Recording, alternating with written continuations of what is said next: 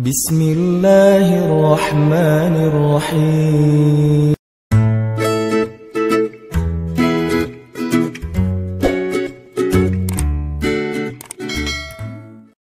Ahlan wa sahlan min jadid. Selamat datang buat teman-teman semuanya yang pada malam ini kita bisa kembali berkumpul di suasana cuaca yang cerah alhamdulillah, sehingga di depan teman-teman bisa nongkrong sambil menikmati sajian hidangan Allah Subhanahu wa taala. Dan hidangan Allah Subhanahu wa taala adalah ilmu dan hikmah. Jadi makanan yang kita butuhin itu bukan cuman makanan fisik. Gizi ataupun vitamin, nutrisi yang dibutuhin oleh seorang hamba itu bukan hanya nutrisi fisiknya berupa makanan, minuman, obat, herbal, sayur segala macam, tapi juga semua kita membutuhkan nutrisi hati. Lebih jelasnya lagi nutrisi iman. Karena yang menjadi lemah bukan hanya tenaga kita, tapi iman kita juga bisa menjadi lemah. Yang menjadi futur atau ngantuk bukan cuma mata kita, tapi basirah kita juga bisa menjadi ngantuk. Yang menjadi lupa bukan hanya akal kita, tetapi juga zikir kita juga bisa menjadi lupa. Makanya kita butuh nutrisi atau maidatur rahman, hidangan Allah Subhanahu wa taala yang berbentuk hikmah dan ilmu, sebagaimana kita butuh juga hidangan nutrisi untuk kebutuhan fisik kita. Walaupun memang kita nggak perlu nutrisi, nggak harus memberi nutrisi hati kita dalam bentuk kajian ilmu setiap hari 3 kali misalnya. Nggak harus sih, kalau bisa lebih bagus, tapi nggak harus. Karena nutrisi hati ini bisa kita dapetin bukan cuma dengan duduk dalam majelis ilmu, bukan hanya duduk di dalam tongkrongan hikmah, tapi juga bisa kita dapetin dengan tilawah Al-Quran. Kita juga bisa dapetin itu dengan zikir. Zikir sesuai dengan masalah kita.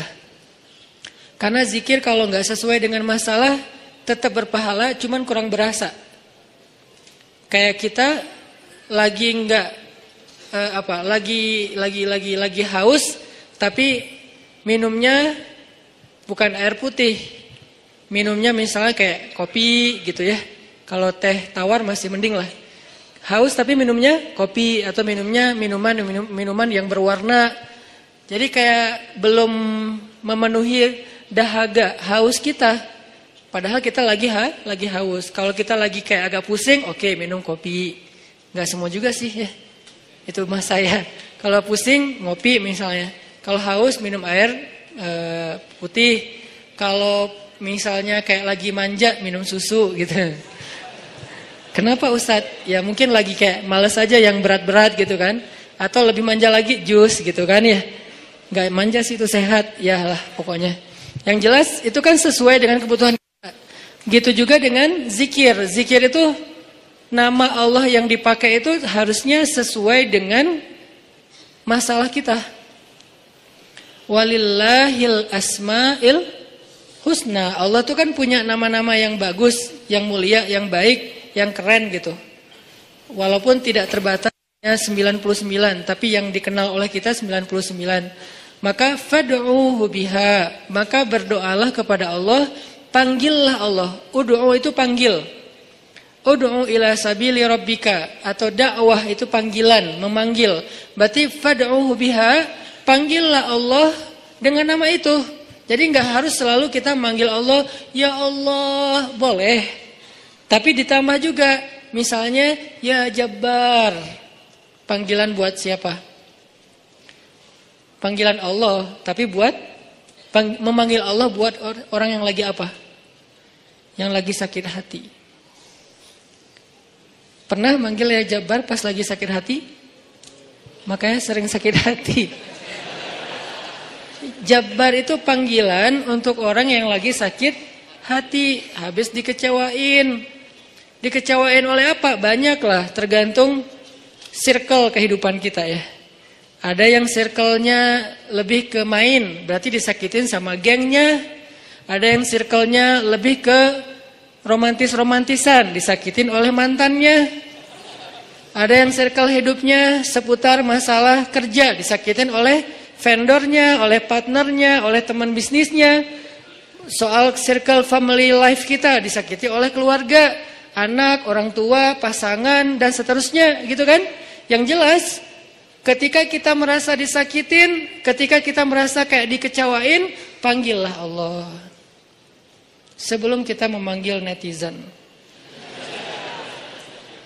Kan kita suka manggil netizen dulu ya. Posting, update status, story.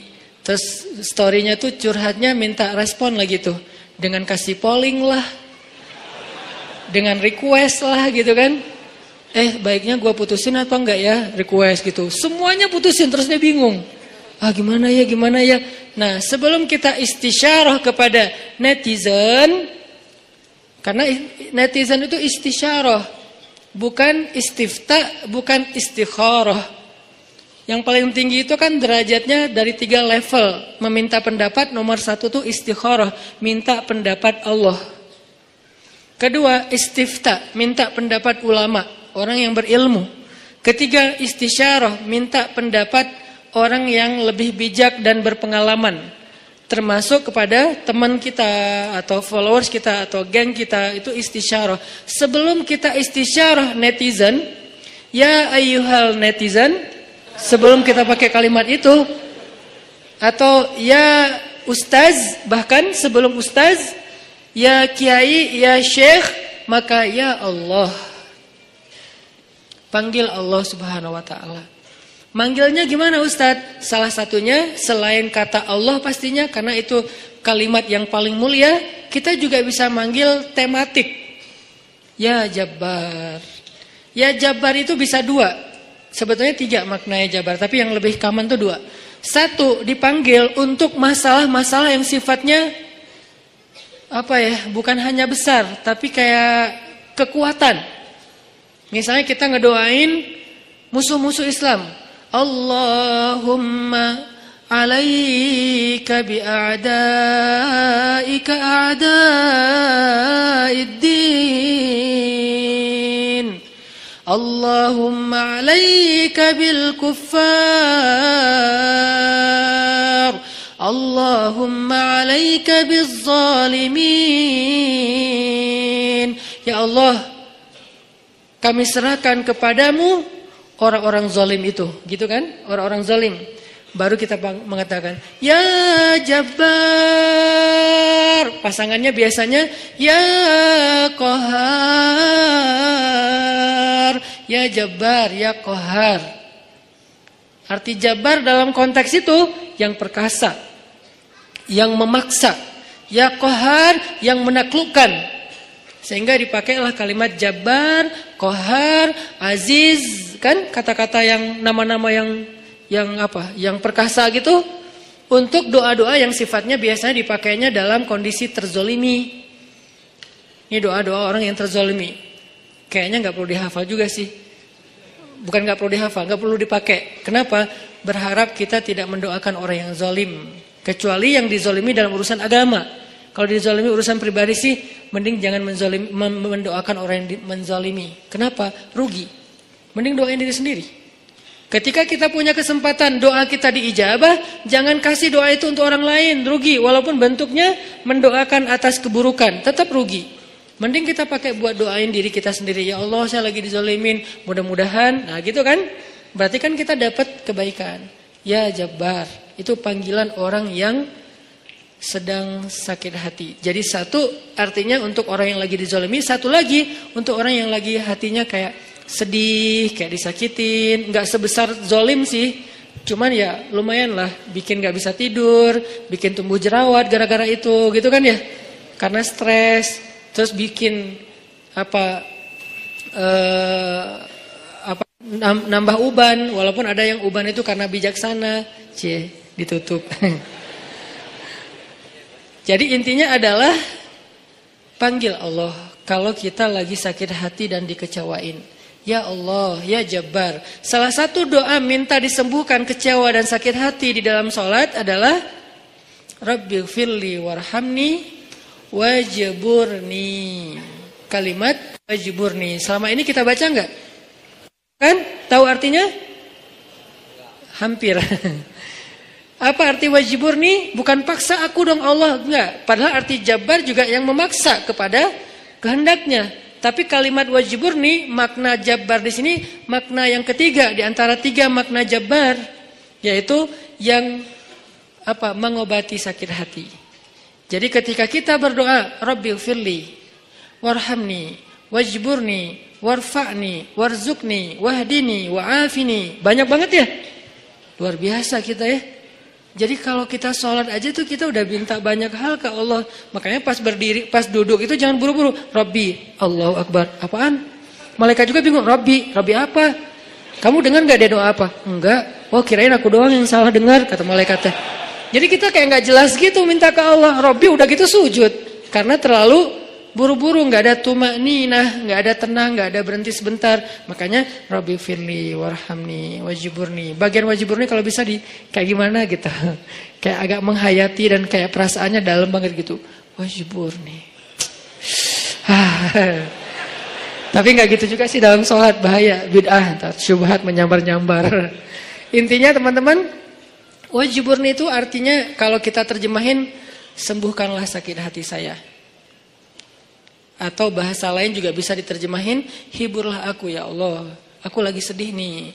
Kalau kita ke teman gitu ya, hibur aku dong, gue lagi sedih nih. Ya udah yuk kita main, ya udah yuk kita jalan, ya udah kita nonton, ya udah kita ngopi, ya udah kita makan, ya udah apalah terserah. Yang jelas kita ngadu ke dia, minta dihibur pas kita lagi sedih. Nah cara ngadu ke Allah pas kita lagi sedih supaya dihibur oleh Allah, wajburni ya Jabbar. Itu bisa dibaca di dalam sholat. Bisa juga dibaca di luar sholat. Gak apa-apa, dalam sholat baca, di luar sholat juga baca. Bahkan di luar sholat kita bisa ulang-ulang. Wajburni ya Jabbar, wajburni ya Jabbar. Ya Allah, hibur aku ya Allah, hibur aku ya Allah. Aku lagi sedih berat nih. Udah seminggu aku gak buka Instagram ya Allah. Curhat. Kenapa? Komen. Head speech ya Allah.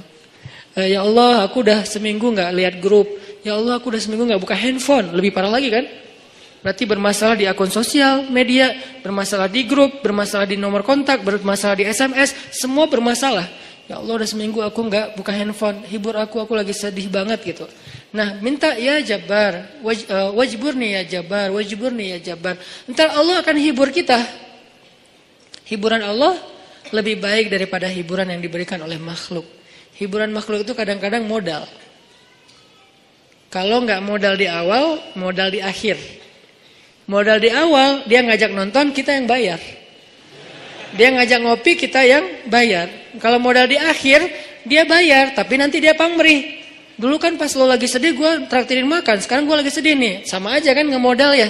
Kalau Allah yang ngehibur kita, itu nggak ada pamrihnya. Nggak ada modal di awal, nggak ada modal di akhir. Terus kenapa kita cepat dan begitu spontan minta hiburan dari makhluk, begitu spontan minta curhat kepada makhluk, begitu spontan manggil nama makhluk, tapi kurang spontan memanggil nama ya Jabbar, nama Allah Subhanahu wa ta'ala.